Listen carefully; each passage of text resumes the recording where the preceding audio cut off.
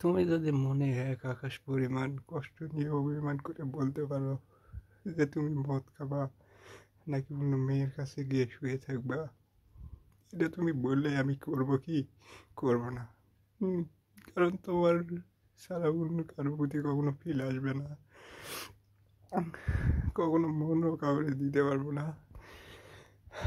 আমি তোমার সব কিছুই দিয়েছি, আইডির পাসওয়ার্ড থেকে শুরু করে এভরিথিং। যে কোনো সময় তুমি ঢুকবে তোমার ইচ্ছে মতো। হুম, সবসময় তোমার এনে ভাবেছি।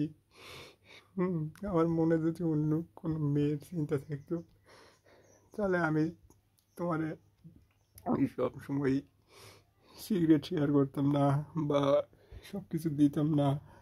হুম,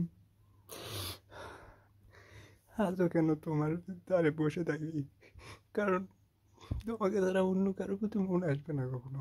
হুম, আমার যদি তোমাকে ছাড়ার ইচ্ছে থাকতো, হুম, সুযোগ লাগতো না, আমি বলে দিতাম। হুম, কিন্তু সেটা কখনো পারবো না কারণ মনে যে তুমি আছো, অন্য কেউ তো নাই আমার। হুম, অন্য কারোর জন্য কখনো আমি কান্নাও করিনি, কেউ আমার লাইফে আসেনি। যাই হোক, পারলে ব্লগটা একটু খুলে দিও।